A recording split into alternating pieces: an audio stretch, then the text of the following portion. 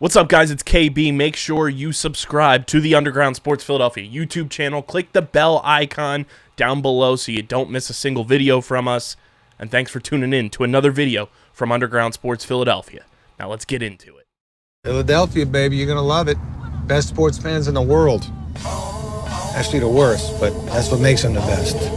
What is going on, everybody? Welcome in to episode number 610 of Underground Sports Philadelphia, presented by the City of Vineland. It's an anniversary episode, as this is our 6-year anniversary of being on the internet. It's KB and Matt coming at you from Underground Studios. We got a lot to dive into from the big game coming up this weekend. We'll talk some Sixers. We'll talk some Phillies minor news that has come across the board with them and some alleged dark horse dealings that they have potentially in the pipeline as the offseason is coming close to an end and spring training is right around the corner. We'll talk some football in general, and then we'll go down memory lane as we always do on these anniversary shows and reminisce on 6 years of insane fun online and many more to come. Don't you worry. But before we get into all of that, make sure you guys are following us on the socials at Underground PHI on Twitter, Instagram, TikTok, Threads, Facebook.com/Underground Sports PHI, where it all got started and where we are live right now. Be sure to follow Matt on the socials at Matt Castorina. Follow me at KBIZZL311 on Twitter and KBIZZLE11 on Instagram and Threads. Subscribe to the podcast feed. Apple, Spotify, wherever you get your podcasts in audio form. Leave a 5-star rating and review. It goes a long way for helping us continue to grow as we have over these past 6 years and continues to allow us to do awesome stuff with and for you guys. We got some awesome things planned coming up in the near future that you won't want to miss out on. But subscribe to the pod so that they can happen on Apple, Spotify. Leave a 5-star rating and review. And, of course, subscribe to the Underground Sports Philadelphia YouTube channel, youtube.com/@Underground Sports Philadelphia. It's where you get full video episodes of this show twice a week, full video episodes of every show on our network that has grown over the past 6 years. You get clips, shorts, original video content, live streams. It's all on our YouTube channel, youtube.com/@Underground Sports Philadelphia. We are currently sitting at 739 subscribers. Let's get to 800 sooner rather than later. Keep on subscribing. Be a friend, tell a friend. Smash the like button. Ring that bell icon as well so you know whenever new videos go live. And, of course, this show is presented by the City of Vineland, and the City of Vineland Municipal Calendar features city-organized, city-sponsored, and city-affiliated events that are of public interest. The calendar, which is accessible at vinelandcity.org, is a good way for residents and visitors to build awareness, remain engaged with city government, and participate in local events. You can also follow the City of Vineland on social media via their Facebook, Instagram, LinkedIn, and YouTube pages. And through these tools, you can stay connected to the community and get important announcements about programs and services offered by the city.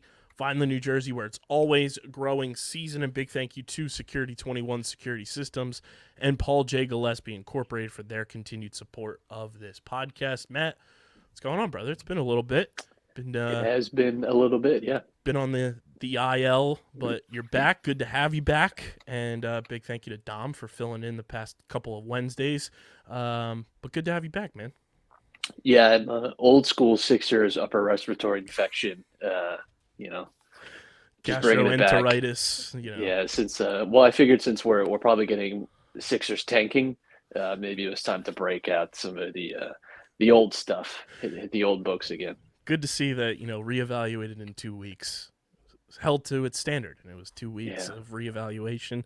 But it's good to have you back. And before we get into the Sixers, we'll talk a little big game, the Super Bowl. It's brought to you by our awesome merch partners at PHI Apparel Company, where you can support us directly by getting your Underground Sports Philadelphia podcast merch. And if you're a Philly sports fan, which most of you listening to this podcast are and should be, you can get awesome Philly sports merch from the Phillies, the Sixers, the Flyers, the Eagles, the Union, and a whole lot more.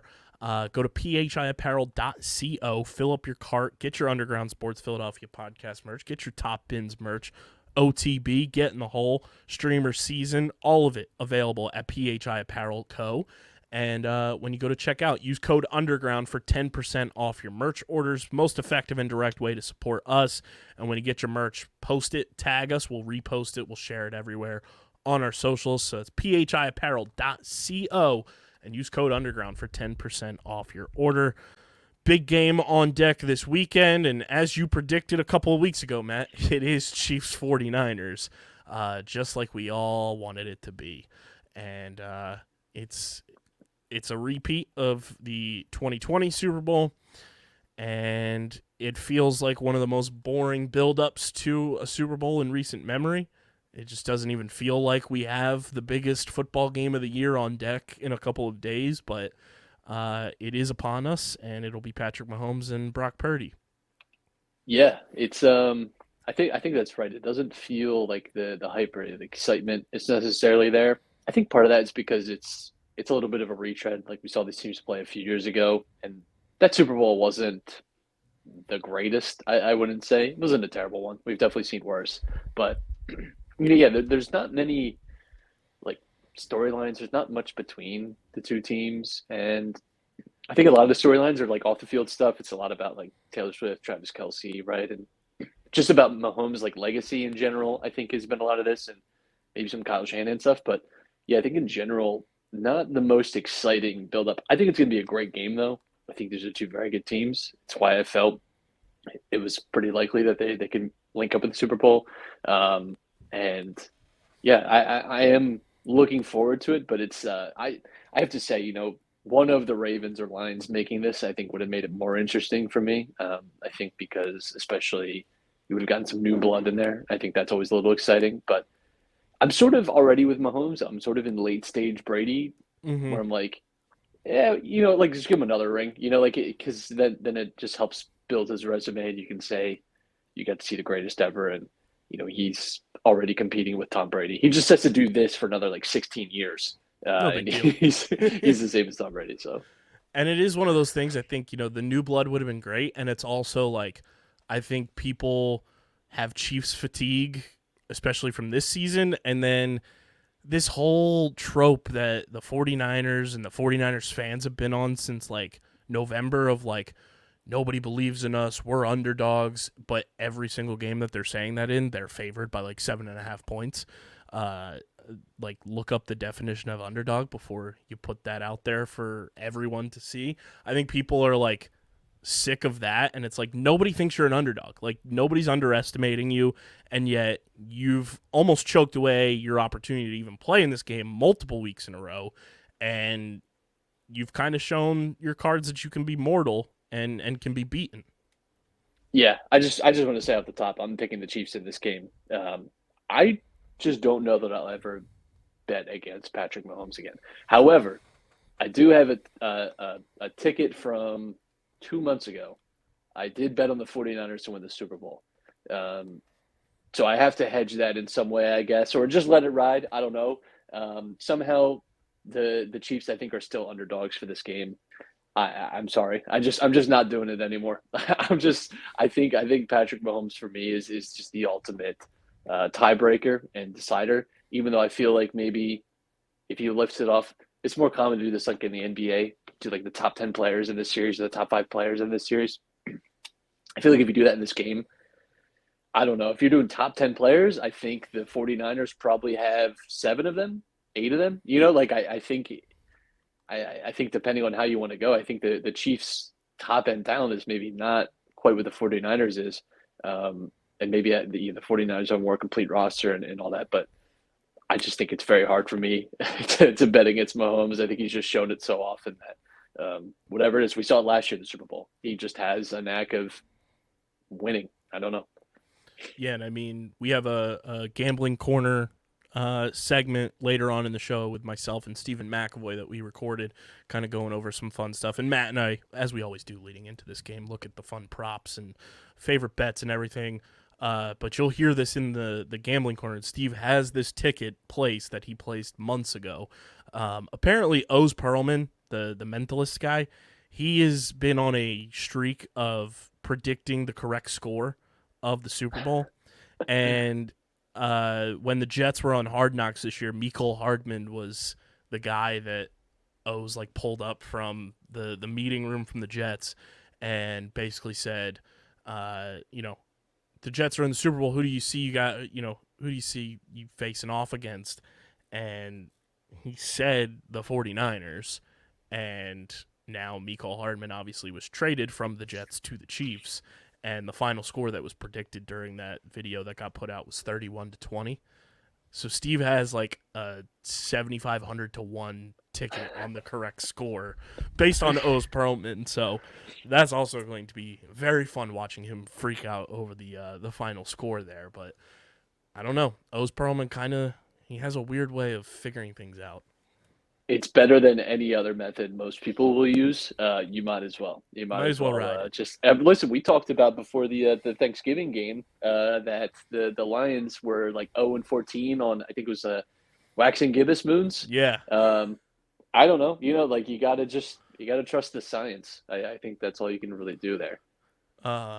Media week's been going on, and Andy Reid has been a part of it now, and he said that there's no signs of him retiring anytime soon, and he just is a football junkie. And Chiefs players and coaches were asked about it. He was like, I've been trying to get Andy Reid to golf for years, and he just wants to watch film and eat cheeseburgers, and that's his favorite thing to do. And Andy Reid said he has a bucket list that's not that extensive, and he went to Italy last offseason and ate from the north to the south, and that was on his bucket list. So I feel like Andy Reid's bucket list post-coaching careers is just going to be go eat in every country. Yeah, I mean, it's interesting too because, Belichick obviously doesn't get a job in this cycle, and so much has been talked about how that Belichick is close to Shula's record. Andy Reid is not very far behind Bill Belichick for that. And I know I didn't clock the exact numbers, but when I was watching the playoff games last week, he's close to some of Belichick's stuff as well in terms of like conference championships appearance. He's not going to catch him in rings, obviously, but it's for a very long time it felt like this century was not going to be able to be told without Bill Belichick. It still won't be able to talk about football without bringing him up as a coach, but Andy Reid is going to be a part of that. Andy Reid already had a ton of success, obviously, with the Eagles. Never wins the Super Bowl, but he was constantly competitive and just a great offensive mind, and kind of at the forefront, I think, of a lot of big offensive change. Someone that is willing to kind of learn and reinvent over the years. Like, think of how hard it is to stay relevant as a coach for that long. And he's starting to have sort of those numbers, sort of those counting stats almost to back up some of those arguments as well. It obviously helps when you have Patrick Mahomes.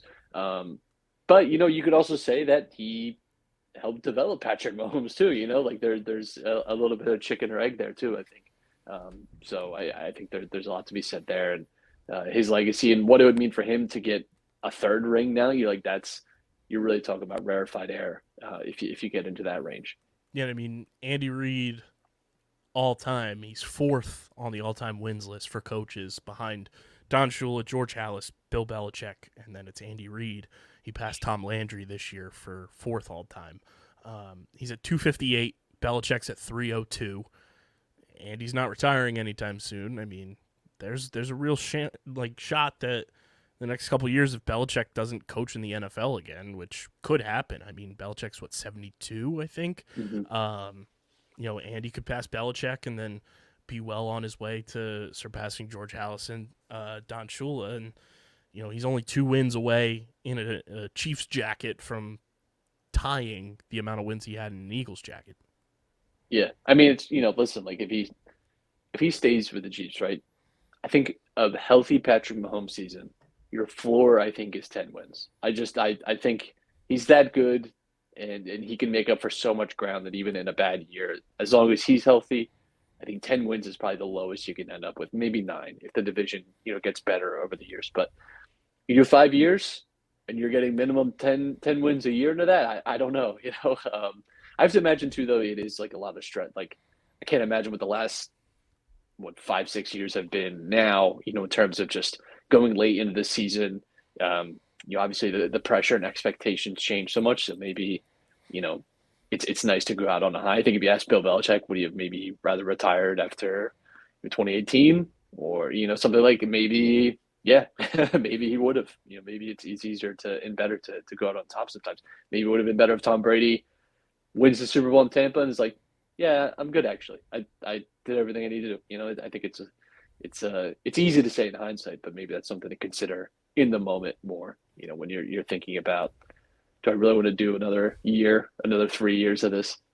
It is pretty crazy that Andy Reid is 65, Belichick is in his 70s, his early 70s, 71. He'll be 72 in April. They don't feel that old, Yeah, which is wild to like conceptualize that they've been around our entire lives and even before then, but like they don't feel as old as they are. Um, I mean, it's going to be interesting to see what happens with Belichick, and I think even with Mike Vrabel. I don't know if you saw the headline that Diana Rossini reported a couple weeks ago about how Vrabel is just big and intimidating, and that scared owners off from hiring him this cycle. Like, what are we doing? I think with Vrabel too, though, from his time at Tennessee, it seemed like he was um, not hard to work with, but I think he got very frustrated there. And like, there's that clip of when AJ Brown gets traded, and I mean, I think he was right to be upset about that. That maybe he's someone who wants more control over personnel and players, and that's I think always a hard thing. That's hard ground to concede because it rarely works. And that's I think been Bill Belichick's issues that maybe he wants more control over those things, and I think it's been clear over the last 5 or 6 years in New England that his drafting, his talent evaluation is not good enough to Mm-hmm. to be at this level anymore. Maybe as a coach, sure, but yeah, I think anytime that a coach wants GM duties and wants to be more involved in drafting, I think that is to me that's a huge red flag, and it very rarely works. It's really you have to be at the very top of your game, and I just think it can kind of make mucky water. So I have to imagine that's at least part of where Vrabel's maybe just taking a gap year too. I think there's nothing wrong with that. Did Andy Reid? How much did he take? He took time off after the Eagles, right? There was I think wasn't so. there at least a year between those? So I don't think there's Mike Oh, from McCarthy. from coaching? No, he got hired immediately by the Chiefs. It was right after. Yeah. So he's In been my there since mind, like 2013. there's like 3 years where I guess Right? because the early Chiefs days were just kind of grim that it Yeah. doesn't feel that way. But Mike McCarthy famously, went to went to PFF and stole a handbook or two. I think said I'm good. That's all I need. But yeah, I don't think there's anything wrong with maybe taking a year to reset.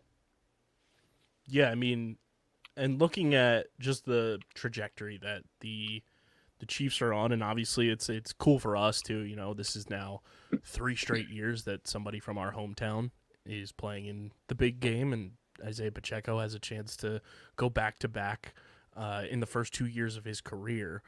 It's one of those things that the Chiefs are kind of flipping the double bird to a lot of people in New England. And it's like the Patriots had this supreme reign over the NFL for the longest time, and now in such a short circumvented period that Patrick Mahomes has now played in like 5 out of 6 Super Bowls, I think it is. Like he's doing what Brady was doing, and he's only 28 years old. I mean, it does feel more so like obviously for the longest time it was like Brady being compared to Joe Montana. Brady feels like the Michael Jordan to what now could eventually be if Patrick Mahomes continues to do this. Like he's the LeBron James rather than what Brady was to Joe Montana. It's crazy because Brady is simultaneously Michael Jordan and LeBron, and Yeah. that he has the insane peak and also the insane longevity. I don't know that Brady is catchable, like for me personally. And like this is, you know, I grew up watching Tom Brady and watching him dominate, and it's just he's unbelievable. And I think ultimately too the fact that he goes to Tampa Bay and wins to really Mm-hmm. cements it that it's him. Like he is clearly the motor. I think the fact that we were sitting here in November wondering if Tom Brady just decided to come back and go for the Jets, that was actually pretty reasonable that they could be a Super Bowl deal. Like he's just that, and he's in his like mid to late 40s now, and he was still a very good NFL quarterback. So for me, it's hard. I think right now, I think Mahomes is probably chasing Montana, and like I saw a great clip of Montana talking about like late in one of the Super Bowls that he was in, calling his wife on the sideline phone. like 4 minutes left in the game. And it's like, yeah, that's like cold-blooded shit right there. You know, like that's just stuff that is kind of legendary. And I think, if Montana, I think some of his legacy has been lost a little bit, just because of, the Brady especially, but it's a little bit ago. But for me, Mahomes is probably chasing Montana, and a Super Bowl here is probably eclipsing him. They're in a similar tier at the very least. But I think Brady, again, he just has to do this for another like 16 years, and he has a similar, not a better, a similar resume to Tom Brady. I think that's the insanity of it. And I mean, you look at Tom Brady and the career that he had and the amount of Super Bowls that he won in New England and gets the one in Tampa, like 7-time Super Bowl champion. Mahomes, if he wins this one, he's almost halfway to doing what Brady did. And, I think the important thing for him is him and Andy Reid kind of staying together, kind of like Brady and Belichick did, because it feels like that tandem is, that devil magic that's happening in Kansas City. But it is crazy to see like how quickly the Chiefs are, just year after year, when everyone doubts them, it's like, boom, here we are again. We're back, and we're not going anywhere anytime soon.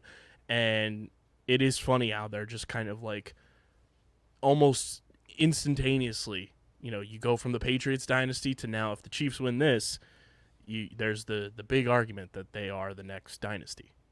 Yeah, definitely. And, it's interesting too, because we talked about the 49ers fans and how they've been kind of had this victim complex where everyone said that they weren't good enough or whatever. That was the Chiefs, actually. People were actually saying the Chiefs. I think I even said that I don't know about this team. It just they did not have a good energy, and I mean they were playing poorly. It was probably the worst we've seen them play. With Patrick Mahomes, and part of that, like there was a flu game in there that he had that I think made things seem a little worse than they actually were. But I mean, his team did not look great for most of this year. They didn't look imperious. There was a real concern that the Raiders could catch them or the Broncos could catch them in the division late in the season. So, for what 49ers fans have said about themselves, I think a lot of that's actually been true for the Chiefs. I think they've been doubted this year. And I think it says a lot to it that we're already at the point with them with fatigue, and that we're kind of tired of seeing them in a Super Bowl where, Mahomes isn't going to get MVP unless he has another just outstanding year. He didn't have a crazy year this year, right? But for the 49ers, it's interesting because, Kyle Shanahan is still chasing that first ring. And I think it's crazy when you consider the games he's been a part of and how good he's been. My cat is about to knock this water cup off the counter, so I got to stop him from doing that. But it's crazy when you think about Kyle Shanahan and the fact that he's been involved in some of the worst Super Bowl collapses or slipaways.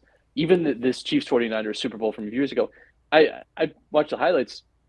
You kind of forget, all the beats of the game.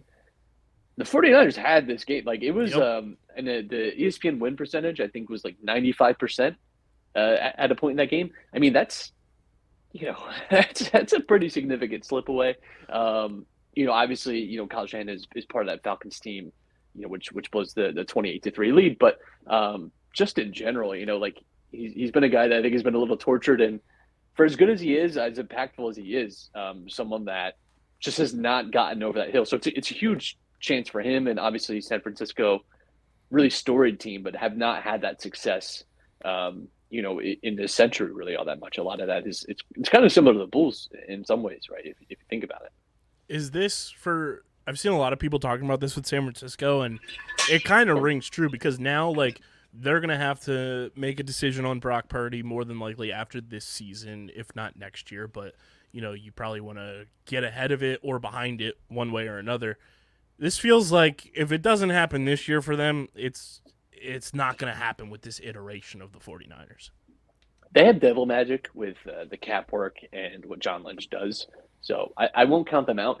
I think still, Brock Purdy, I think they still have at least 2 more years on his contract, and he's making – and it's so insane that we don't talk about the fact that we simultaneously do and then don't talk about the fact that Brock Purdy was the last pick in the draft. Like it is kind of crazy that he has had the success. Now you can talk about obviously his weapons. Kyle Shanahan is a great offensive coach. At the end of the day, Brock Purdy is still out there making plays. It's very hard to say that he has not made big plays. Is he a top 5 quarterback? No. I don't know that 49ers fans are necessarily saying all that, at least some of the more rational ones. But I think that's a huge advantage. You talk all the time about what NFL teams want is a quarterback on a rookie contract. Even a rookie contract quarterback that you pick in the first round is making 7 or 8, 10 times what Brock Purdy is making, if not more than that. So that's going to be a huge advantage for them. And as long as you have Kyle Shanahan, as long as that team, they've locked down Debo, locked down McCaffrey, probably they have an Ayuk decision to make this summer. I think that's definitely something to watch. But I think this team is probably still primed for success. The fact that they were in the NFC Championship game last year, and listen, I'm not going to say that they could have won. They would have won that game, but it is always going to be a little bit of a what if Brock Purdy doesn't have his elbow disintegrate. Who knows, right? Like maybe they could have, and maybe they would have won that Super Bowl. It's a great what if, but I think it's interesting because for a team that has changed a lot in those 4 years, they had this like chip on their shoulder about this, and I wonder if that feels like something that can go either way. That feels like something that if you're thinking a little too emotionally about the game, can get away from you. And I wasn't hugely impressed with their playoff run so far. The Chiefs have come in, I think, looking much more impressive, and I think in my mind much more like decisive wins. 49ers, I felt like honestly they could have lost both those games, and I don't know that would have been unfair. Before we get to our gambling segments, I do have a anniversary surprise for you, Matt. A couple weeks ago, when you were last on the pod and we were talking about sports but art, we posted the clip of that, and the account manager of Sports But Make It Art is going to come on the pod with us. That's awesome. And they said that on the pod, they are going to do live matchings of sports and art with us. So that's awesome. We are going to have that in a few weeks, which is very exciting. That's a great anniversary gift. I'm really looking forward to that now. I was like, I could text him about this, but I think it would be great to announce that on the show. So Sports But Make It Art will be on the show in the next couple of weeks, give or take, more than likely when Super Bowl and NFL season kind of winds down. But they're going to do some live matchings of sports and art on the show with us, which I'm very much looking forward to seeing how that brain operates. Yeah, we're going to have to put together some tests for him. So we'll have that to look forward to.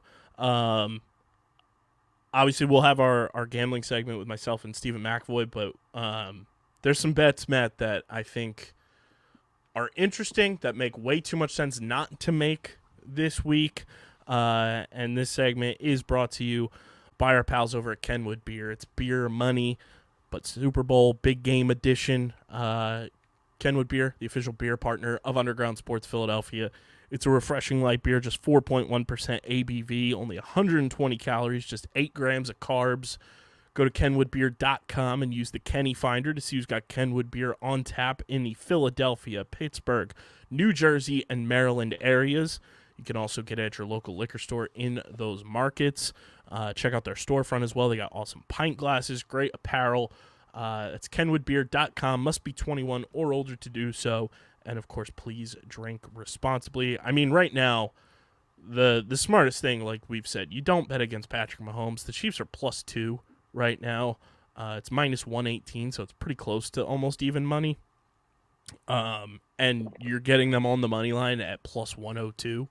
I think that is insane to even, not take that.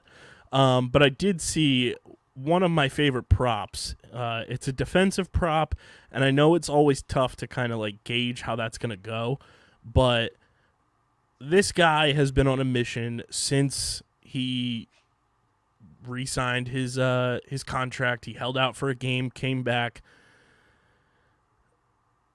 Chris Jones to have over a quarter of a sack. So to get half a sack is plus 120. That's pretty surprising. That I feels guess I guess he'll be matched up with Trent Williams. Trent Williams, which is maybe an unfavorable matchup, but he's like your Aaron Donald archetype, right? Like you can imagine him making the final play of a game because he's kind of that player. There's been a lot of talk about how his effort hasn't been there on run stopping this year, but it's been someone that is still applying pressure to the quarterback. So I like that. You have to trust. I think in the Super Bowl, one thing I've learned over the last few years, you're gonna have to trust that like the best players are gonna make the big plays. Like this isn't, they're not saving anything anymore. It was like Jalen last year with his unreal performance. You're not getting that in Week 10. You're getting that when this is the last game of the season and your legacy is up for grabs here. So I think trust the stars. I think don't be too afraid of pushing away from like an over on something, right? If you really feel like this is a guy. The hard thing is there's a lot of those guys in this game. Usually you might only have 2 or 3 big stars to look at. I think there are like, if you're talking Travis Kelce or Rashee Rice or Pacheco, it's hard to pick between those 3, and obviously any Mahomes stuff. And then for 49ers, you have, is this going to be a Kittle, Debo, McCaffrey, Ayuk game? There is, unfortunately, it's kind of hard to parse through here. Kind of who you believe in. I think you just have to stake a claim. Whoever you feel confident about, go in on that person. But you're probably going to get it wrong. It's probably, and that's just the nature of these offenses too. I think is that they can be a little slippery to figure out. There's some interesting, and they're not a sponsor, but if they want to come on board at any point, more than welcome. DraftKings has Taylor Swift-esque props across the board that are pretty interesting. I don't know if I would take any of them, but they are named after a bunch of her hit songs. So there's the 22 prop, which is any quarter to have 22 plus points scored at plus 400. So I could maybe see that. Yeah, it's doable. Then you have the anti-hero, which is Brock Purdy to have 250 plus pass yards and 2 plus passing touchdowns. That's at plus 200. The only thing that would worry me about that is we've seen like Purdy have good games with no touchdowns because this team could be a 60-yard Debo run and a 49-yard McCaffrey run. This is the kind of team that I think could put up 31, 37 points, and Brock Purdy has 1 passing touchdown. They just have that ability. Then we have blank space. Travis Kelce to score an octopus at plus 3,000. The octopus is one of my favorite things. I think if you're going to do an octopus bet, just do the will there be an octopus bet. Yeah, 100%. And just have some fun with that. I will say that. Wasn't there an octopus last year? I believe there was. Didn't Jalen Hurts have an octopus? Yeah, I think he had a rushing, and then I think he had a 2-point conversion. So it's not out of the question. Yeah, it's not so crazy. It's doable. This one's interesting because it could happen. This is the how you get the girl prop. Travis Kelce to score a touchdown in each half at plus 950. Interesting. He's been kind of fading a little bit as games have gone on, so it would make me a little nervous. He is the type of guy though that I think is kind of built for this game. Like in his age now and his still like very elite talent level, feels like a guy that can explode. I think I'd steer away from a lot of Travis Kelce stuff. Maybe that one's not bad, but I think a lot of it is like he's the guy, in this game that I think everyone's talking. He's actually getting, I think he's outshining Patrick Mahomes, right? In a lot of ways. So yeah, I would maybe steer away from some Travis Kelce stuff, but that one's not bad. This one's interesting because we've seen it in the past when the Chiefs are in the red zone. Travis Kelce to have 5+ rushing yards is plus 1,000. Yeah, I mean it's a Super Bowl. I think it's Andy Reid. There's always something wacky that happens, so I don't hate it. We have the today was a fairy tale. Travis Kelce to score a touchdown and the Chiefs to win at plus 240. That I think is nice. I think you can get nice with that. The other ones here you can have you belong with Rashee Travis Kelce or Rashee Rice to score a touchdown in the first half, plus 120. Yeah, that's good. Rashee Rice has really caught on as like the reliable wide receiver for Patrick Mahomes in the playoffs. Yeah, he's actually been like the guy over the playoffs and really going even to like the last stretch of the regular season. A little under the radar, how Mm-hmm. vital he's been to this offense and highly targeted. He's averaging like 9 targets a game. Yeah, so I think he's someone I think you can kind of zero in on if you're looking for a prop. I have my winner. I think this is great value, and I've been in on the conversions. So I think you can get Chiefs total third down conversions over 5.5 for plus 105. There's 2 reasons I like this. One, Patrick Mahomes is just good. Like you trust a good offense to find a way. Two, the 49ers third down conversion percentage on defense has actually been really bad.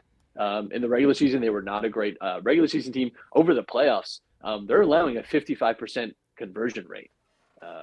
So, you have to get a little lucky, obviously, that you're on third down and, the all the usual stuff. But I think at plus 105, I think you can get kind of active with that. And I think also total fourth down conversions at over 1.5 is plus 115.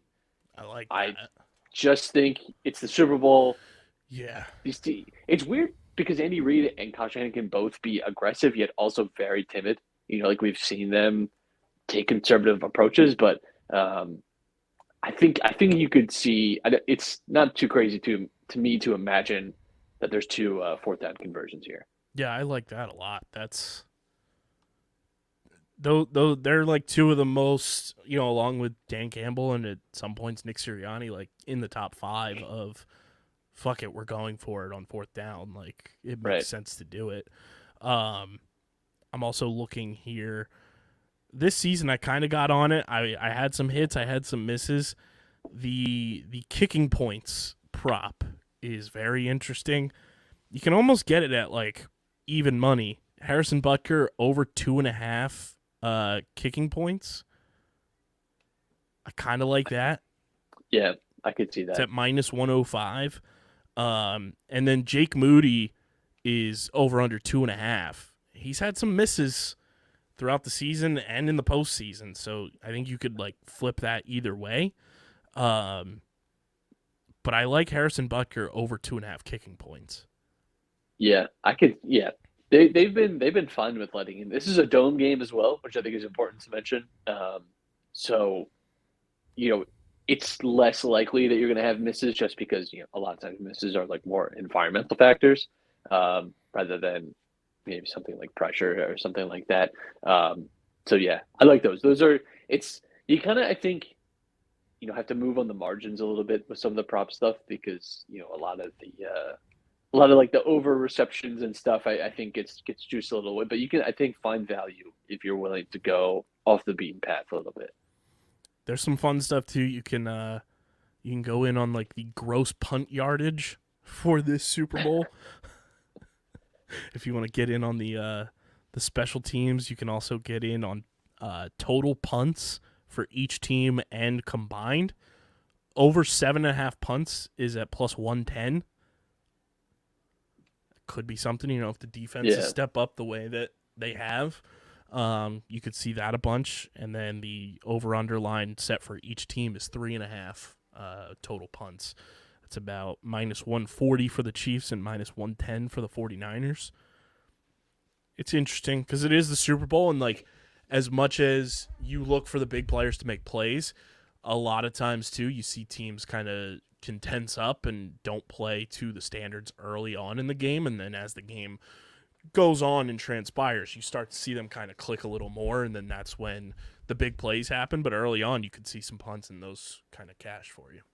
I think Super Bowls in general usually start a little slower too, unless you're in a real slugfest. So yeah, that could definitely provide value. My last one, they have a final 2 minutes section. In the final 2 minutes of games to have 1+, so you just need one, but if there's more than this, whatever. But you just need one fourth down conversion, plus 500. it's not crazy to me to imagine that both these teams. I trust the offenses on a fourth down. I think the Chiefs are 2 for 3 in the playoffs so far. So for it's them, and I don't have the 49ers stat in front of me, but I think you kind of trust these teams to have something dialed up to get whatever it is. So if you think it's going to be close, I think that's a worthwhile area to look. And I think plus 500, that's a pretty good long shot to go after. A couple more. This is an interesting one. The fastest sack that you can bet on in terms of seconds. Nick Bosa is the favorite at plus 250. Chris Jones plus 550. I don't hate that.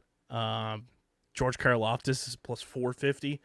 And then it kind of goes down from there. But that's an interesting prop there as well. How do you feel about the over-under? It's 47.5 at most sports books. I think the thing that worries me is the Chiefs, as efficient as they've been, they really haven't been a high-scoring offense. And it's not the way we associate them. Even in these playoffs, they've not been a team that's been really piling on the points. It feels kind of like their ceiling in a lot of ways is around like 27. It doesn't feel like they're a team that's really built to pour on 38 like we've seen in years past or something like that, right? So for me, I would almost be tempted to go under. I think the worry is you have such like game-breaking ability in here that it's not inconceivable. You could be going in halftime 17-17 or something, and it really would be that crazy, and you're sweating it out. But yeah, I'm almost tempted to go under, I think. Yeah, and I mean it's been publicized by a bunch of places because they're doing a whole bunch of promotion for it. The highest scoring big game is 75 points, which sucks that the Eagles and Patriots for Super Bowl 52 came 1 point away from tying that. But 75 is the most, which is kind of crazy to think that as scoring has gotten more prolific in the NFL, we haven't touched that. Because I think that one happened way back in the day, so long ago that the Chargers were in the Super Bowl when that happened. But it is crazy that as like all offense has become like the focal point of the NFL and all the rules that have been put in place to protect quarterbacks and everything like that we haven't seen that benchmark hit since I don't even know when. Yeah, I mean it's just thinking of the Super Bowls of the last few years. Last year was relatively high scoring, but even then, like a lot of the games have been, more defensive, and again, I think especially the first quarter usually is pretty low scoring, and you have to kind of manage the emotion of the game, and then you have a long break at halftime. It's just kind of a strange game. I have to imagine it's really hard, and that's something Brady talked about a lot too. Is like he had been in the Super Bowl so many times that he better understood kind of how to manage the emotions of what is like a really long game, and that you're really charged up, and then you have this kind of long halftime break, and you have to kind of work through all that. So that proposes a challenge, but yeah, it's just hard for me to imagine. The Chiefs defense has just been so good at scheming up for certain things, and this is not new either. It's just we saw it all through the regular season. Normally, it's just been a team that in the postseason has really turned it on. So that said, it's hard for me to imagine them completely shutting down San Francisco, but maybe we get some of these Brock Purdy's turnover worthy plays actually convert here, and we see some of that shift the other way. I thought the Ravens offense was very good this year, and they were limited to 7 points at home. So I don't know. I think you kind of have to consider that when you talk about over-unders. Yeah, and the highest scoring one was Super Bowl 29 back in 1995, so you and I were 2 years old. It was the 49ers who won 49-26 over the San Diego Chargers, which I think Jim Harbaugh was part of that at some point. He'll be back. He'll be back to avenge. This episode of Underground Sports Philadelphia is brought to you by our partners over at FOCO, Forever Collectibles.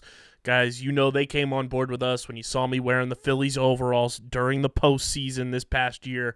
Well, FOCO decided to stick around. They are getting down with Underground heading into 2024. From bobbleheads to the overalls to velour track suits to awesome apparel, merchandise, and of course those collectibles. They've got you covered to upgrade your studios, your man cave, your she shed, whatever it may be. Foco's going to deck you out. Go check out everything they have to offer, from officially licensed MLB, NFL, NHL, NBA, wrestling, entertainment space, soccer, college sports. They've got it all. Click the link in the description and upgrade your Forever Collectibles today. Shout out to Foco for sponsoring the podcast. Now, let's get into the next segment. And it is a second appearance now for the one and only Stephen McAvoy. It's good to be here. Now, question, hold on. Dom is out car shopping. Dom is out car shopping with his lovely wife. What car is he getting? I don't know. I will find out because I will be recording Top Bins with him tonight. Okay. So I will find out what the verdict is there. So married. Does he have a child yet? No, they just got married. Right. That was one of my December weddings this You're year. right. Okay. So, if because we're going to talk about Super Bowl odds. No free ads. We'll talk about a December to Remember sales event.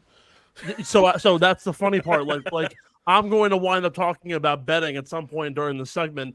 Might as well throw some betting odds on what car he's getting. I would say the odds-on favorite is probably something that's a utility vehicle that can support a child, and also you'll have for a long time the Honda CR-V, good car. Is it the Honda? No, it's the Toyota December to Remember, right? Or Lexus. I think it might be Lexus. There's Toyotathon. I know that. My brother has a shirt that says "I survived Toyotathon." One of the funniest shirts of all time. Lexus. Lexus. All right. They're certainly not buying a Lexus. That's too luxury. You need something with longevity. It has to be either a Subaru, a Honda, or a Toyota. Yeah. More than likely. That's the bet right there. I'm going to go Toyota. Minivan, question mark, or SUV? Who knows? We'll find out. I like the CR-V pick. It's a very good vehicle. And I know the car is for his wife, so I don't know what her preferences of vehicle are, but we'll find out. That's why you got to tune into Top Pins, because we'll find out right over there. Plot twist, they're buying a Porsche. Like, they get a Fiat. Oh my God. Have you ever seen the ads of the Fiat? Like, speaking of Super Bowl, of course, we're going to be talking about this more. The Fiat commercial from the Super Bowl when like it goes underwater and it comes out of the beach. Vaguely. And like it had the I could be totally Mandela affecting this. I'm pretty sure the music was to like the classic version of Papa Americano. Yes. Yeah. So there you go. That's a nostalgia bit right there. There's my entrance into this show. I always have great entrances into all my shows and every segment that I appear on. So I'm uber excited for this. We are in the bye week before the big game, and what better way to discuss the most boring Super Bowl ever than to make it a little more interesting than with props and betting, and as we like to do at this company, call it #beer money. And the inventor of that is Stephen McAvoy. Goddamn right, baby. But we're in agreement here that this is one of the most least anticipated Super Bowls of all time. I think it's interesting because while I personally would have rather had the Ravens and the Lions, which would have been a much more compelling game, because how can you not root for Dan Campbell, and also Lamar Jackson deserves more? Which, by the way, now Mike McDonald's going to Seattle, so now they're in complete flummox. What's going to happen there? But I don't think the game is as boring as you think it is. I think that the Niners proved that they are not the best team in football playing the Lions, despite the comeback win. It took a bounced ball off a face mask and a miracle Brandon Ayuk catch, and basically Dan Campbell out-coaching himself to get the Niners where they are. The Chiefs don't have the better team on paper, but they have a relatively equal defense with how they've played. They don't have Joe Thuney. They don't have Willie Gay as of right now. Might get them back for the Super Bowl. I know Thuney's trying his best. But I think what makes boring games better is the ability to bet on them. So that's why I'm here. That's why I'm going to make you a shit ton of money.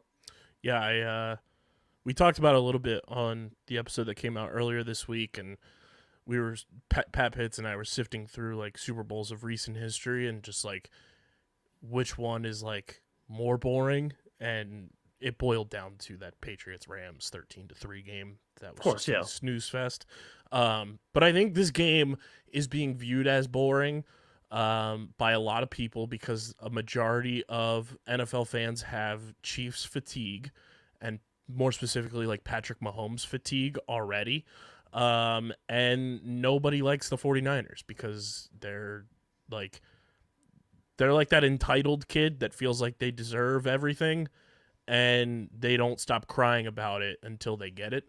And not a lot of people like them. Nobody likes Brock Purdy, or they love Brock Purdy, and there's no in between. And it's a Super Bowl matchup that happened 4 years ago that unleashed a global pandemic on us. So who knows what's going to happen for this one? Maybe frogs fall from the sky for months on end. I do know the Chiefs will be wearing red. The 49ers will be wearing white. That was announced today. And I don't know if you've seen the Chiefs jerseys, but they typically have like the AFC patch on their jerseys all the time. They showed Mahomes' jersey. He's got the captain's patch. Then there's the Super Bowl patch, and there's something else. He looks like he has a Boy Scout uniform with all the patches that he has on his jersey. Hello, my name is Russell, and I'm a wilderness explorer.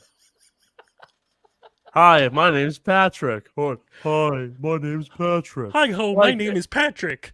Yeah, Patrick Mahomes and Travis Mahotto. I'm Patrick Mahomes reporting for Sesame Street News.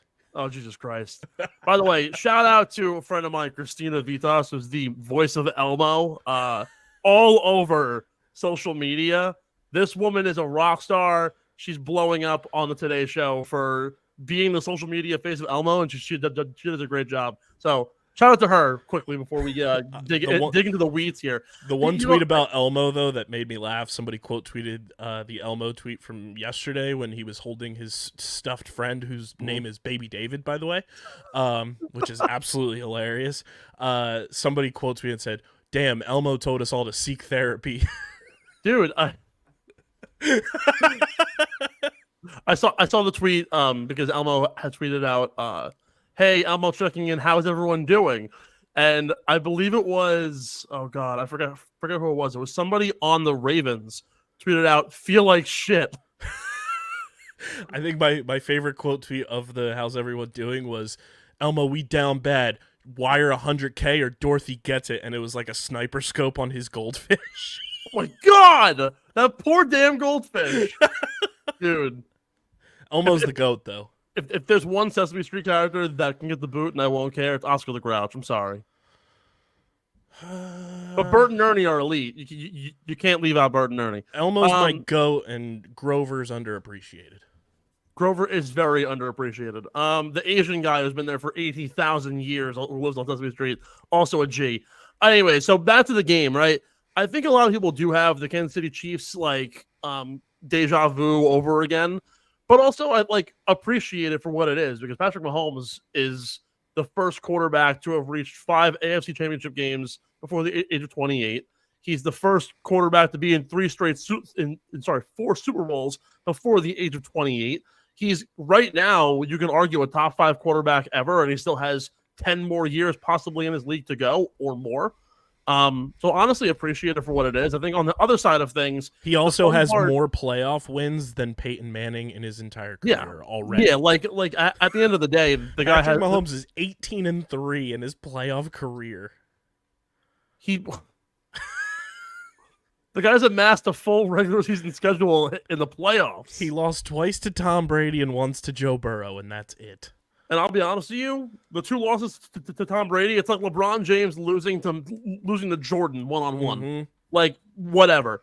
But yeah, I appreciate the Chiefs for what it is. I think this game, though, is more fun because of the fact that you can bet on past result, basically, and create this fun aura around this game.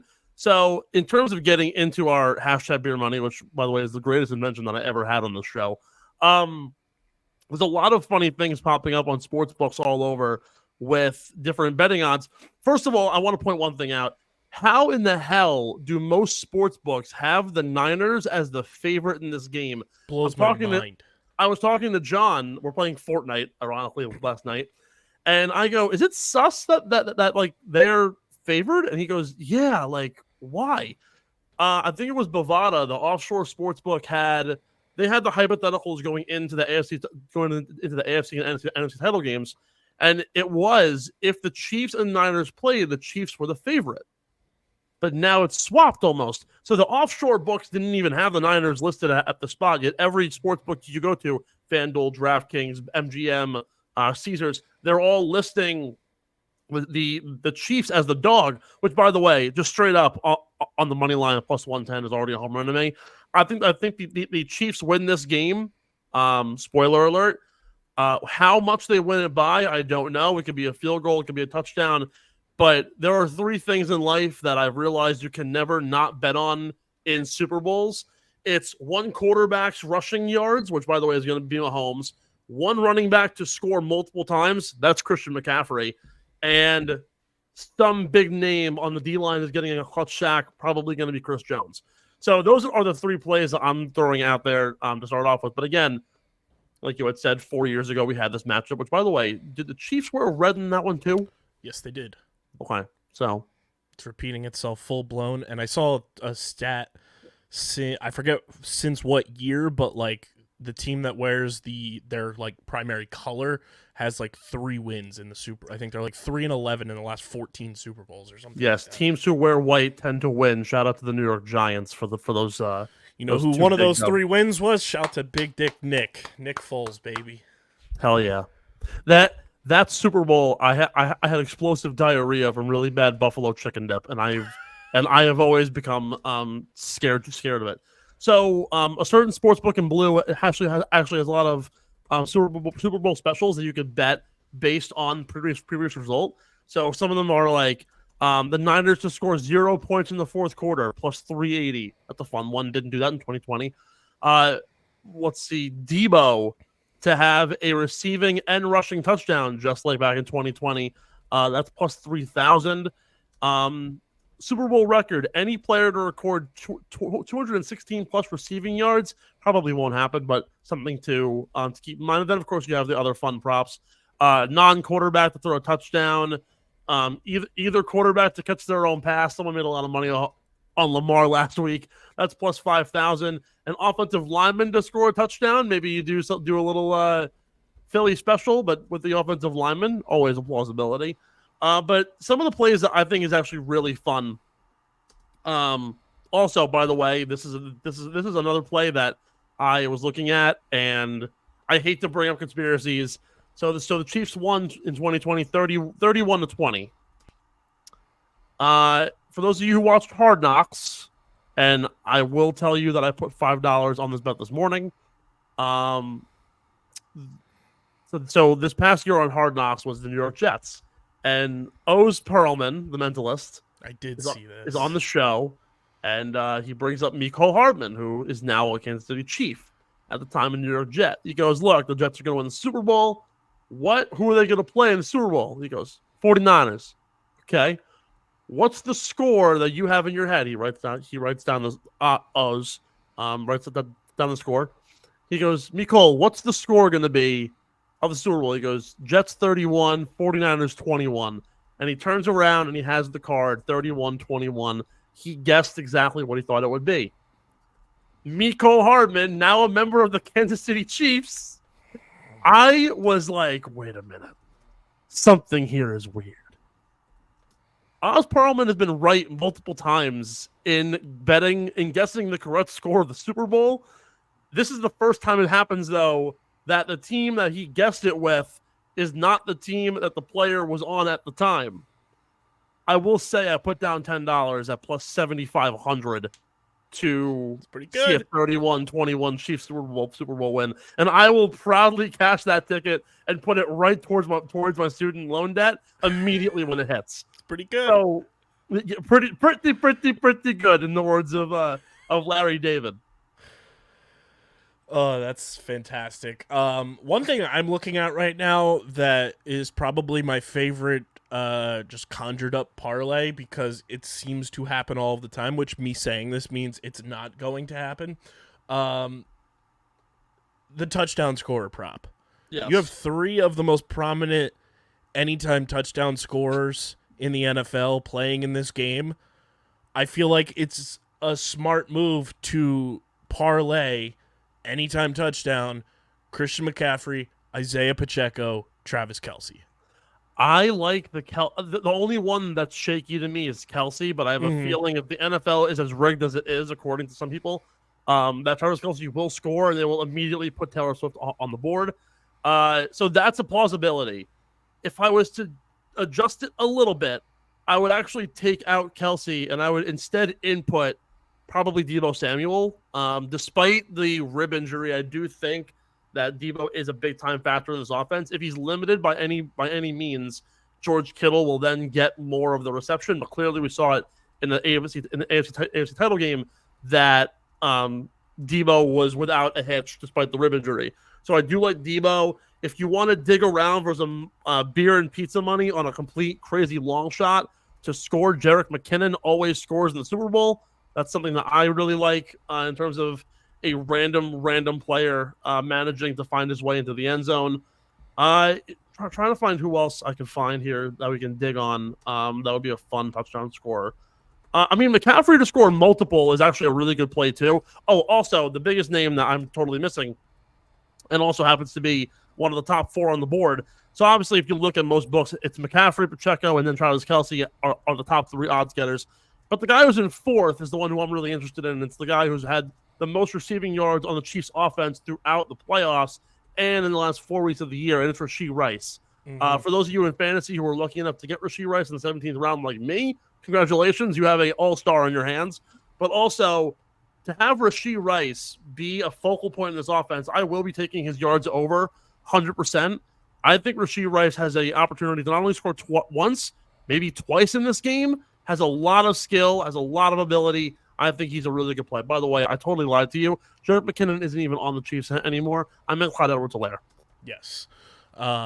That's bold. Rashee Rice has really come on in this second half of the season, and the later it's gotten, the more potent he's become.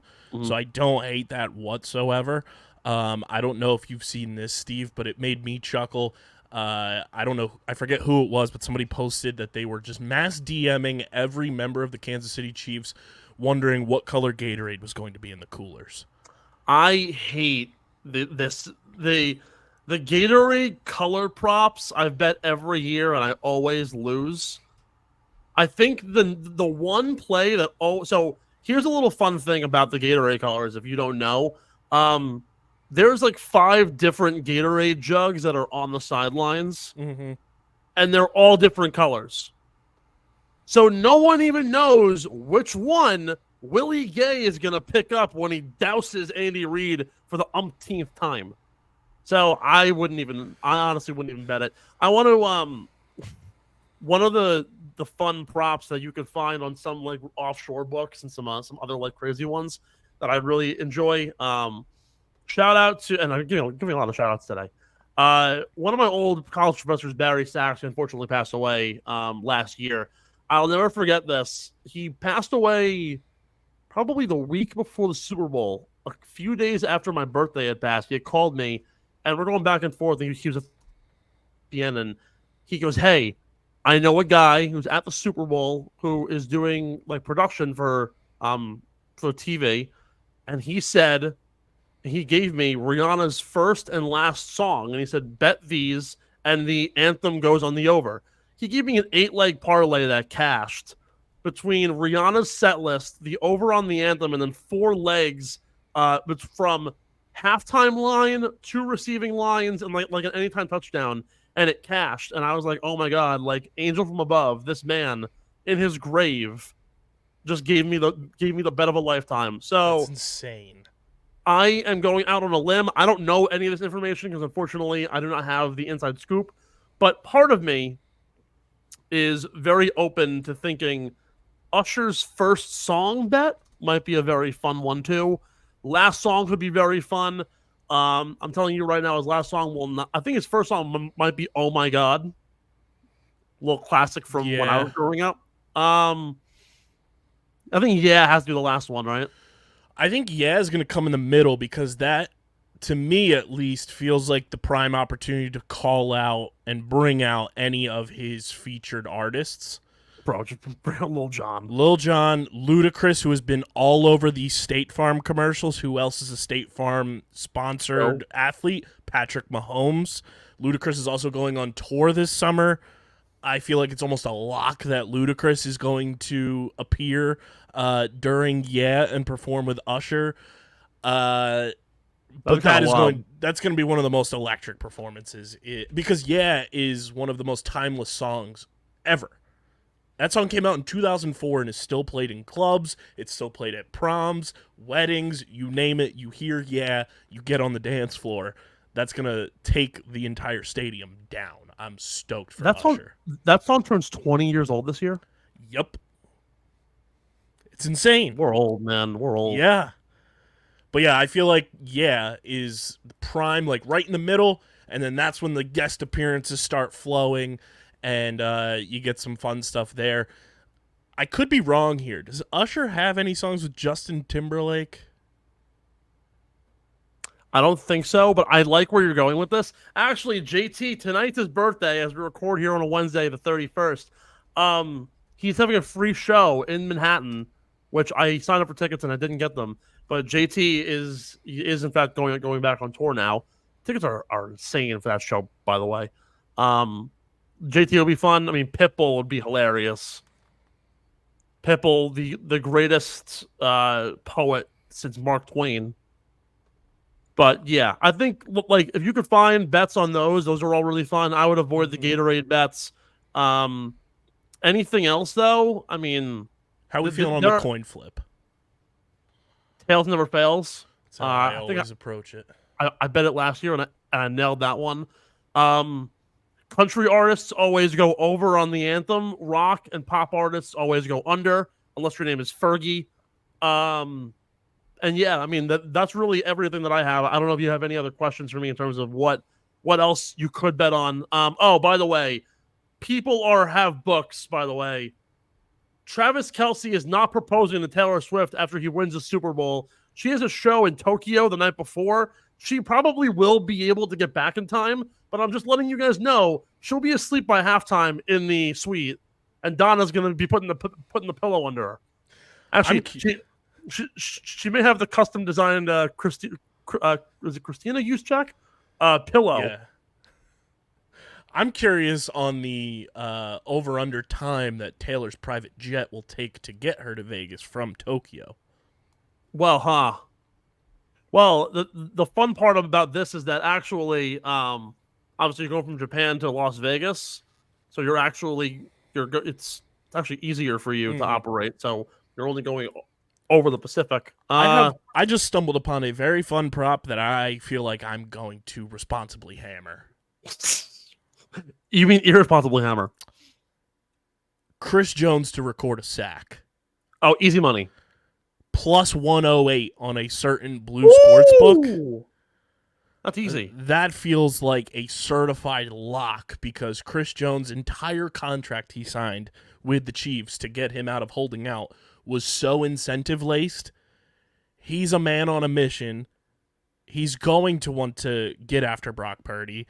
Chris Jones to record a sack at plus 108 on one certain sports book. I'll check some others real quick here to see if there's any differentiations, but that feels like a magnificent bet to place. Yeah, so this segues into my my best bets for the Super Bowl. I have a 5-leg parlay that I've already put in for that I am already in on, and I think is going to absolutely smash.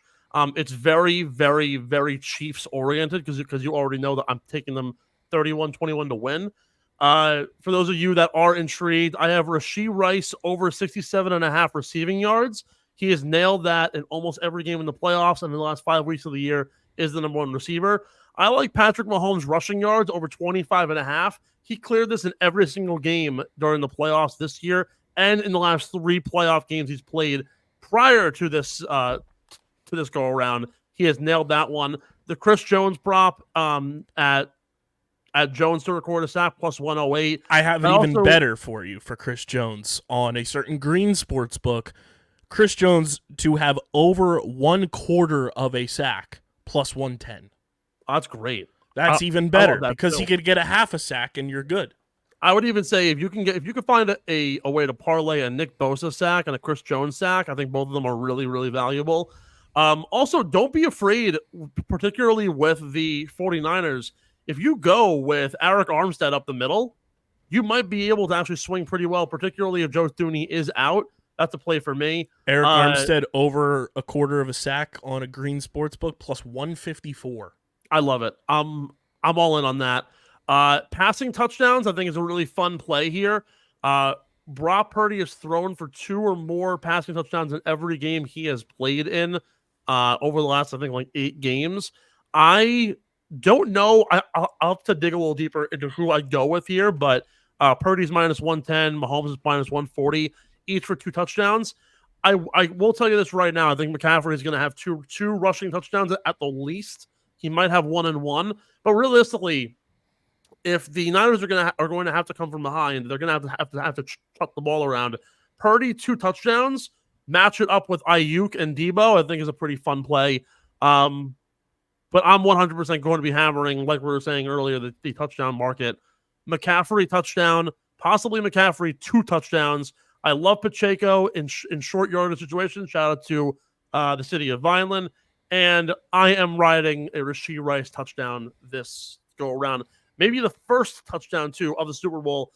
The last 3 Super Bowls, the first touchdown scored has been by a receiver for over 45 yards.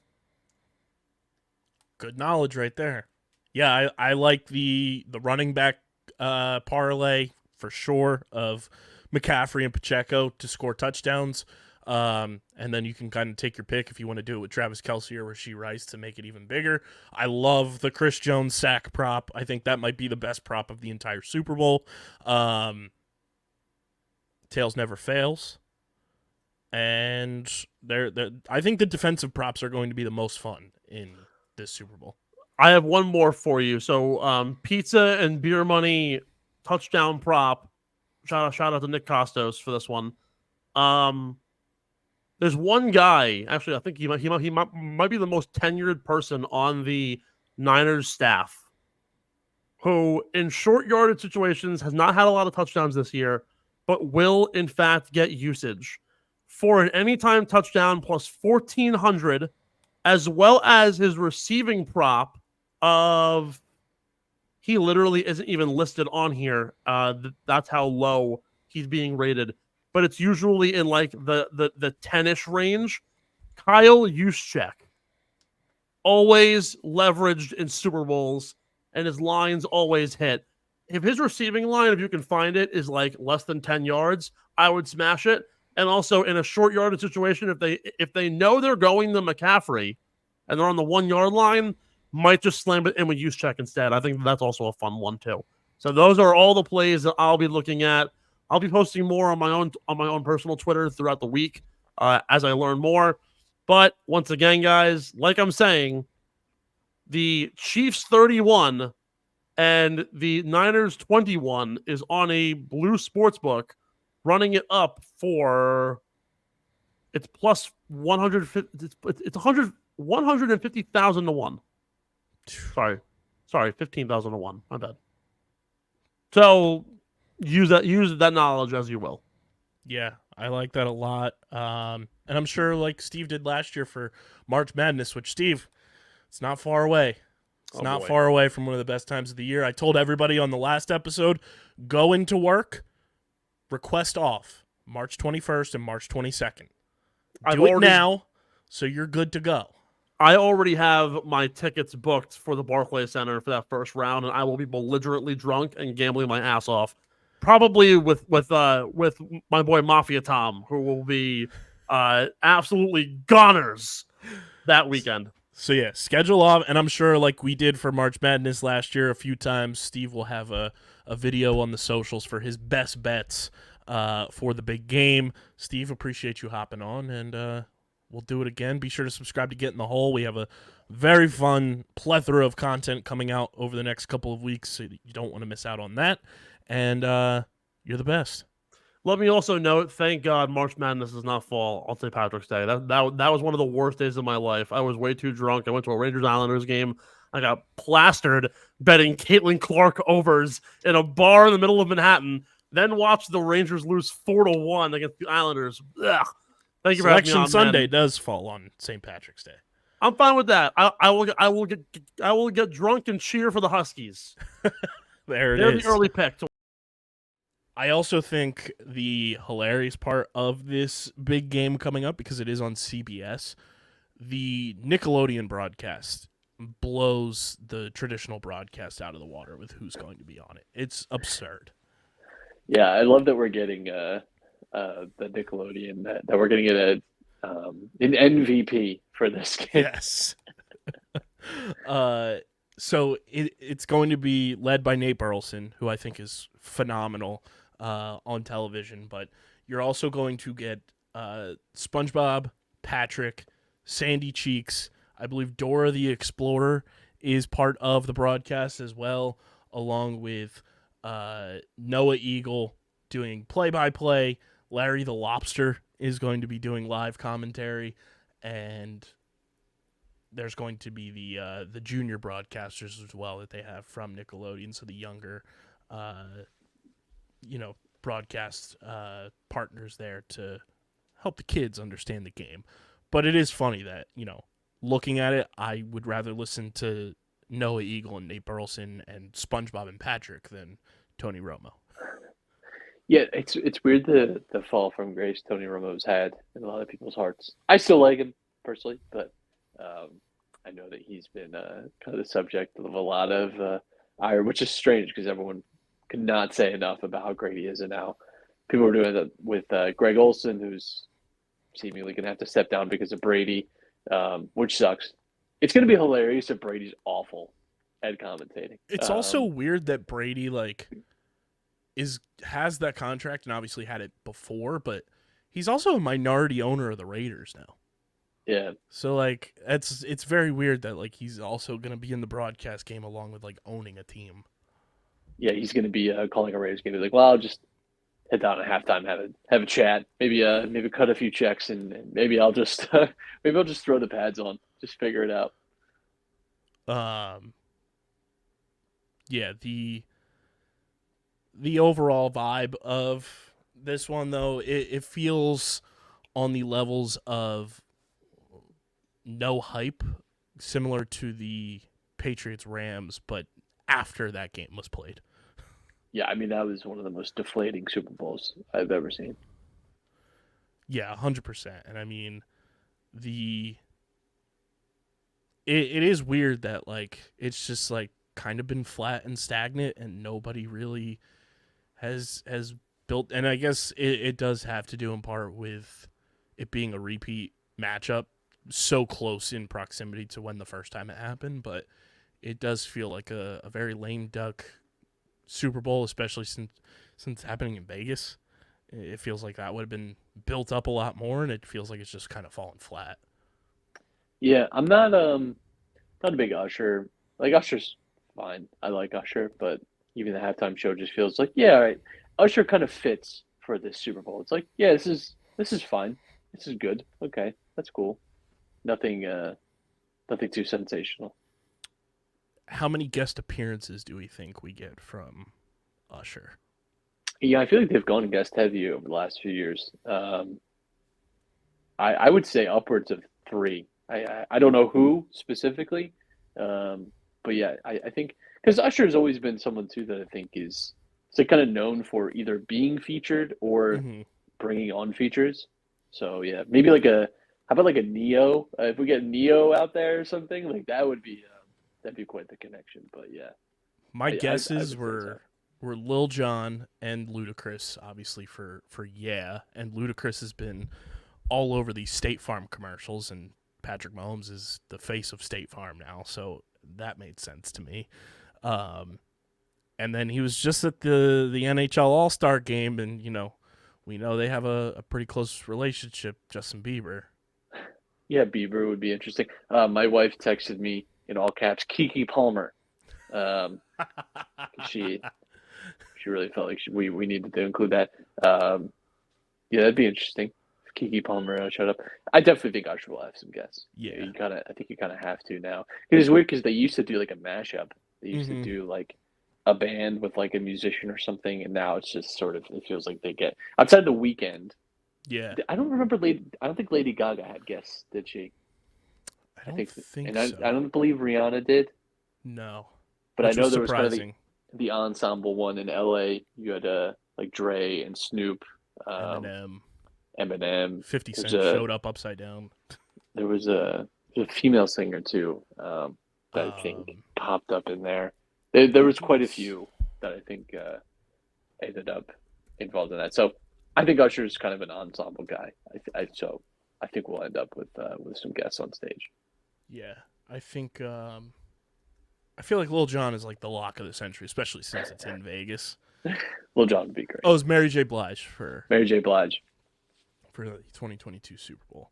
Um, but yeah, Usher is like it's interesting because I feel like Usher is one of those guys, like you said, like has a bunch of like features or is featured on a bunch of tracks, and then I mean he's iconic in the like R&B and hip hop space, so it's been fun seeing the rollout now, and now that the halftime show is sponsored by Apple, you can kind of tap in more to different artists and everything, which is going to be interesting over the next few years.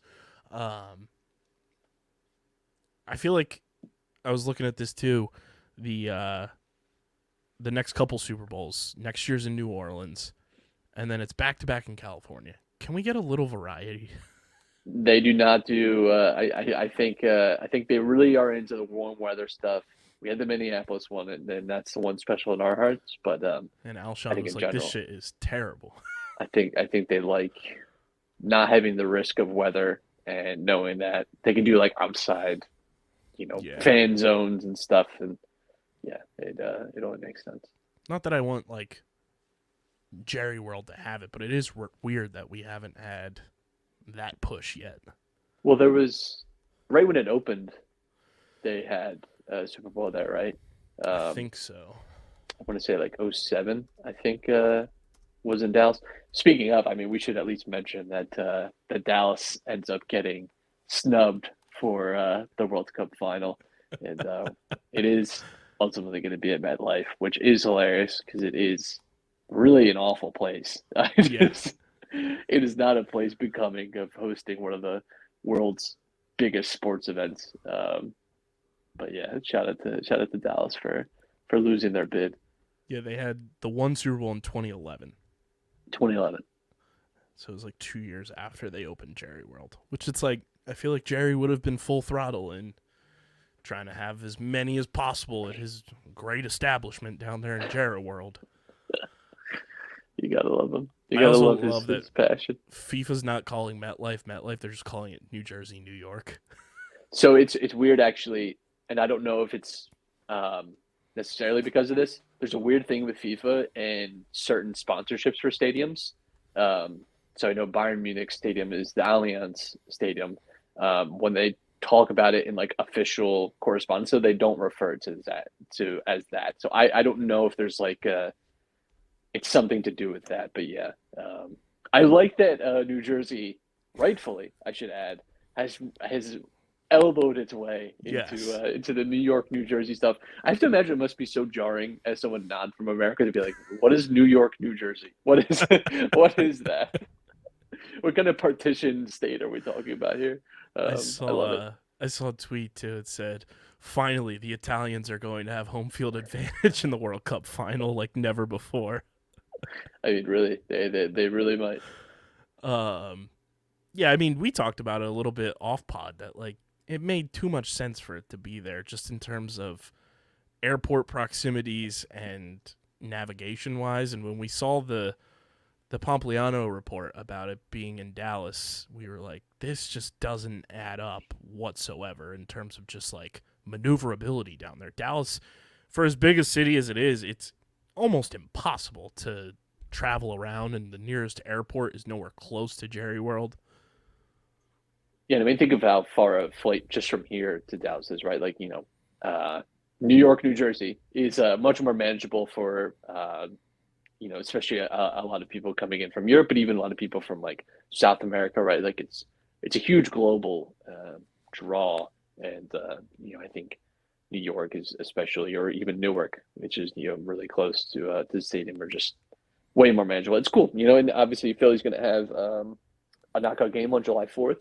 Script writers are going to do as much as possible to make sure that's USA versus England. Well, I'm very frustrated, and I don't know that it'll even happen because they've talked about how they want to keep everything within a region. So the U.S. men's team is going to be all on the West Coast, which sucks. I was really hopeful that they would at least be there. They have 2 games in L.A. and 1 in Seattle. I'm happy for Seattle because they have not been able to host a lot of like big U.S. Men's games, and they deserve it. But the 2 in L.A. is kind of a little bit of a gut punch. But they want to keep teams within their regions as much as they can to limit travel, because when they've had big international tournaments like this in the past, it's been really hard for teams to have to go coast to coast. For our sports teams, we're kind of used to that, but it is a lot of travel, and you obviously have time zone stuff to worry about, and it's a really compacted schedule. So it seems like they're going to try and keep teams within their region, as they progress through. So it doesn't feel like the script writers can be in for us, but it's so cool either way. It's cool. We've been talking about how 2026 will be, obviously a year that Philly's going to be able to host a lot of cool events, because it is, the celebration of the 250th anniversary of our country's independence. Like I wasn't going to say founding, but yeah. So that's 250 cool years of standing on business. Yeah, very much. But yeah, 6 games in Philly is going to be awesome. I also love how every reporter, publication put out the news being announced said per at Philly Union because the Union official account put it out first. I absolutely loved that. But yeah, we're going to be making some stuff happen in 2026 for those 6 games that are in Philly. So definitely looking forward to that. We'll shift gears here quickly because, want to touch on some stuff. But Sixers, it's brought to you by Tomahawk Shades, the best small batch eyewear in the game.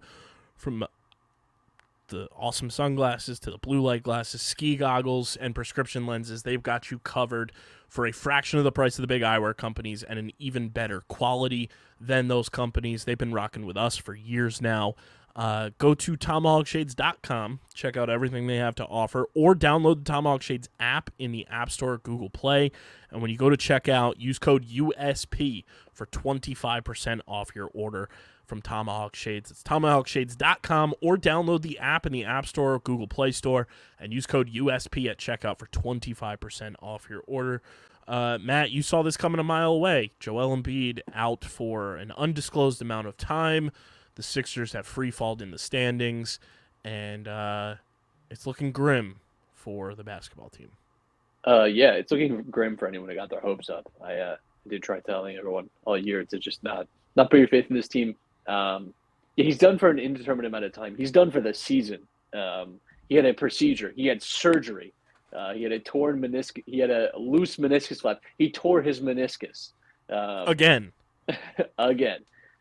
By the way, not an injury you love to hear about your big man center dealing with.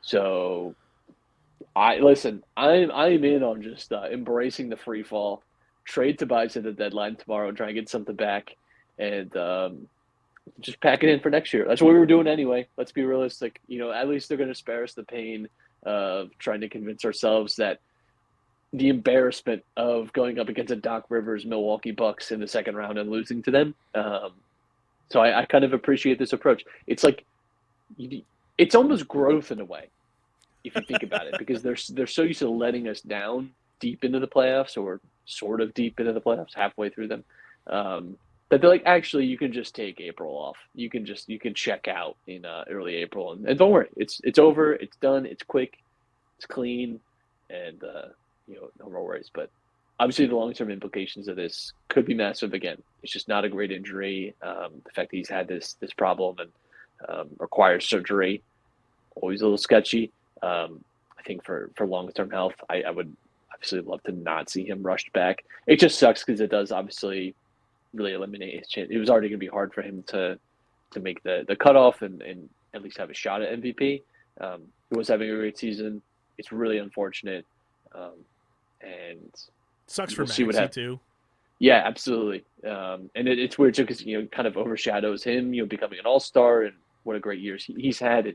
It just kind of sucks all the way around. But this is what this team does. They find new. I will give them that. They find a new way to disappoint you, and that's the fun part. You can tune in and just find a new way to be disappointed. It's the utter surprise with the Philadelphia 76ers for sure. But hey, let's worry about that arena that is 8 years away from even being a thing. It's 8 years away from being 8 years away. Yeah. Fucking so stupid. The Eagles have hired some new coaches. Wanted to get your take on Kellen Moore and Vic Fangio. Fangio I like, but personnel is going to have to improve, I think, for him to be most effective. And Kellen Moore, I'm a little more skeptical of. It's weird because everyone was ready to crown him and say that Mike McCarthy was stupid for letting him go. Honestly, during the regular season, the Cowboys' offense really exploded, and in a way that it didn't under Kellen Moore. But I will say, I think he feels like a good fit here. Mm-hmm. Chargers sort of had a weird offense this year. A lot of that was because of injury, but I do think he's better than Brian Johnson. So we'll take that. And the Chargers too, they don't have an offensive line that's even comparable to the Eagles or the Cowboys. And the 4 years that Kellen Moore was there, they were second overall in scoring at 27.7 points a game. So I think a lot of that ties down to the offensive line, and the Eagles have the best offensive line coach in the NFL, arguably. So that also helps. Yeah, absolutely. I also, speaking of personnel, my number one target for the Eagles, obviously Vic Fangio's system heavily relies on linebackers. I need the Eagles to bring your Miami Dolphins free agent linebacker, Andrew Van Ginkel, to the Eagles, just so we can hear a raucous Lincoln Financial Field doing his chant from college when he was at Wisconsin, where the entire locker room just erupted it to Andrew Van Ginkel.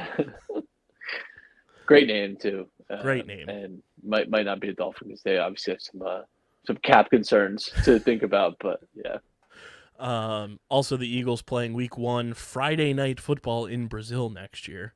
Takes away a home game.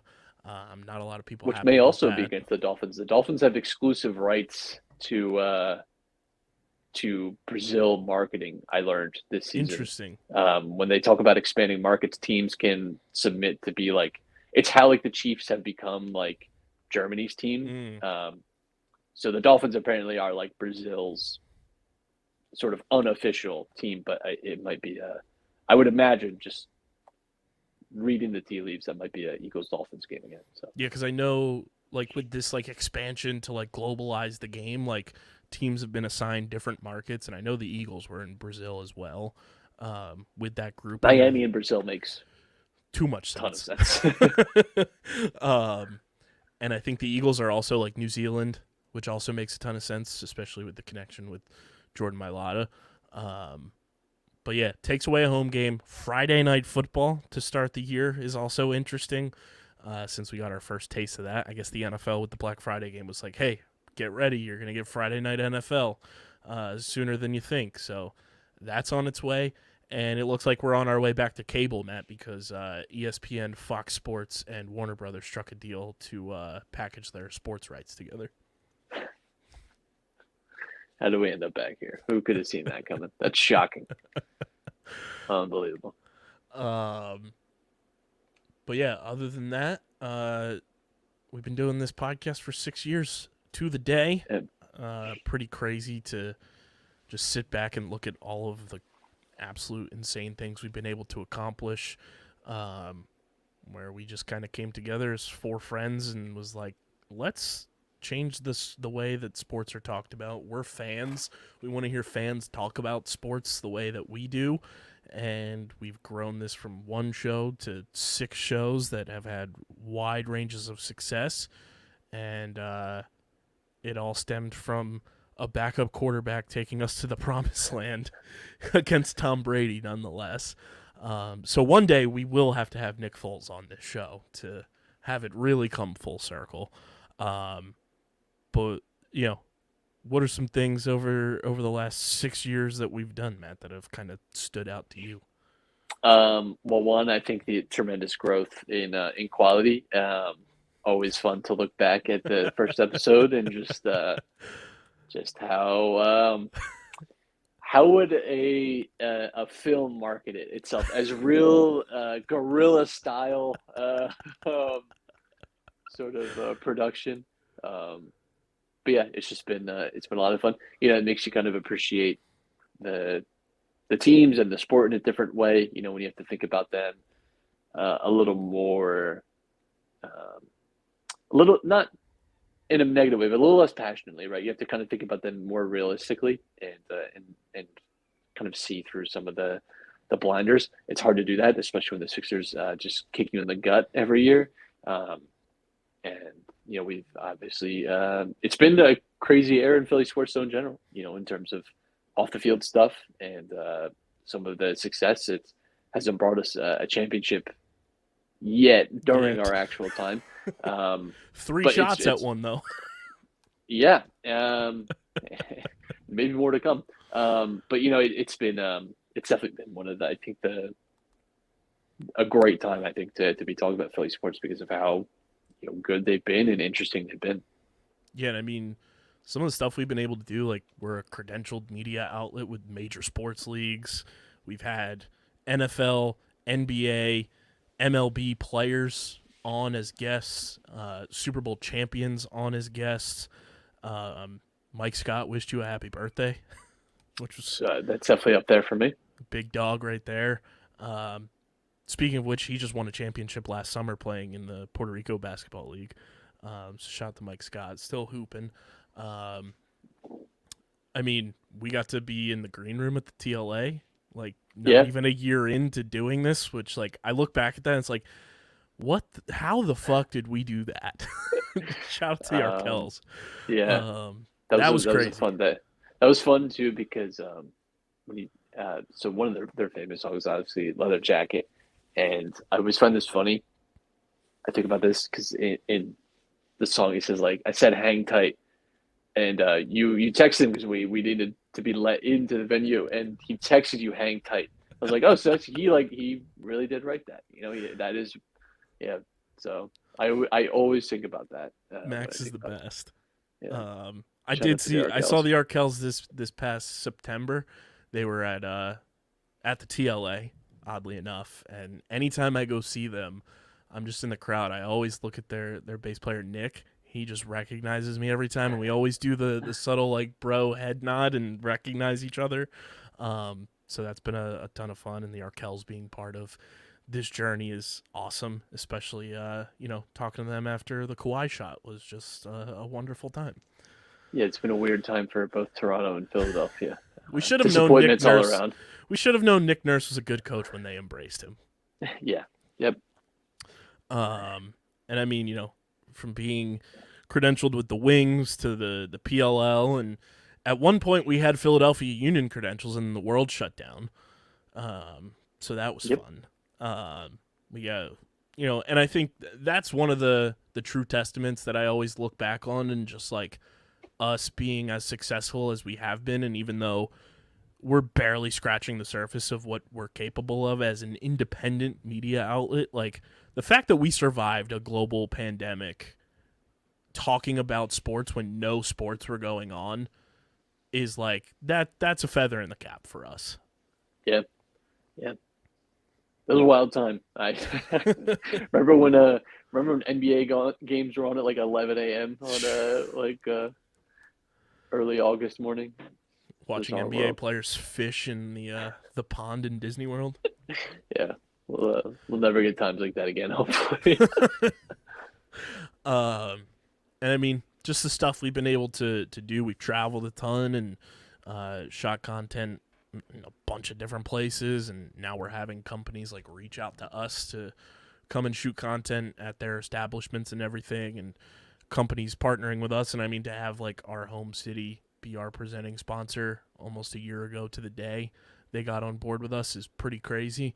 And, you know, just the stuff we've been able to accomplish from it and the partnerships we've grown and having, you know, the Vineland High School football show emerge from this and just seeing the respect that we've gained. And, you know, it's tough doing the media thing to not have haters, but I think we've done such a great job of, you know, just being authentic in ourselves and being realistic with everything to where, you know, people can like us, they can hate us, but we haven't really rocked the boat to where, you know, people are coming at us like some of these other media outlets, and a lot of people end up finding us and enjoy what we do, and we appreciate every single person who's ever listened to an episode, subscribed, bought a shirt, you know, and supported us in any way possible, because, you know, I've always told people we started this thing and there's no way I'm stopping it until we reach that ultimate goal of us being able to do this in a full-on capacity and it being that ultimate dream job. So, you know, we're just getting started with that. We got some big things coming this year, but can't thank everyone enough who's ever, you know, listened to an episode, watched an episode, supported our core four of myself, Matt, Dom, and Dylan, and then everyone we brought on board, from DJ to Christian to Casey and Owen to Steve and Ben, Coach Guzman being part of the Vineland High School football show as well. You know, we've done so much in such a short amount of time and such a long amount of time, and of course Pat Pitts as well, being kind of the jack of all trades and doing anything possible to help us grow. It really means a lot to all of us, and, you know, we're only getting started, so we're not going anywhere anytime soon, and all the support is extremely appreciated, and we can't thank you guys enough for letting us live out this crazy, wild journey that we've been on, and here's to the next 6 years, brother. Yeah, absolutely. That's all we got for you guys on this one. Make sure you are following us on the socials at Underground PHI, Twitter, Instagram, TikTok, Threads, Facebook.com/Underground Sports PHI, Twitch.tv/Underground Sports PHI. Be sure to follow Matt on Twitter at Matt Castorina. Follow me at KBIZZL311. Subscribe to the podcast feed on Apple, Spotify, or wherever you get your podcasts in audio form. Leave a 5-star rating and review. It really does go a long way for helping this show continue to grow as we have over these last 6 years, and allows more people to find the podcast and interact with us. And it allows us to do more dope stuff with and for you guys. So keep on subscribing wherever you get your podcasts in audio form, and subscribe to the Underground Sports Philadelphia YouTube channel, youtube.com/@Underground Sports Philadelphia. It's where you get full video episodes of this show twice a week, full video episodes of every show on our network, live streams, shorts, clips, original video content. We're on that road to 800 subscribers. Help us hit that goal and the next goals that will follow that one. Smash the like button, ring the bell icon, leave a comment down below, and be sure to subscribe. And, of course, get your merch, phiapparel.co, code Underground for 10% off your order. And this show is presented by the City of Vineland. And whether you're a company looking to expand, relocate, or you're a new business startup, selecting the right location is critical to your success. Vineland, New Jersey offers both an affordable business location and an excellent quality of life. The city's economic development department is a one-stop source for moving your project through the development and approval process, and their goal is to make this process as smooth as possible and to provide the fastest turnaround times in the region. If you're considering potential locations for your operation, contact the Vineland Economic Development Team at 856-794-4100. That's 856-794-4100. Vineland, New Jersey, where it's always growing season. And big thank you to Security 21 Security Systems and Paul J. Gillespie Incorporated for their continued support of this podcast. It's been episode number 610, oddly enough, a Philadelphia area code to celebrate our anniversary of Underground Sports Philadelphia. For Matt, I'm KB. We appreciate the hell out of you guys, and we'll catch you on the next one. But until then, we are signing off. Peace.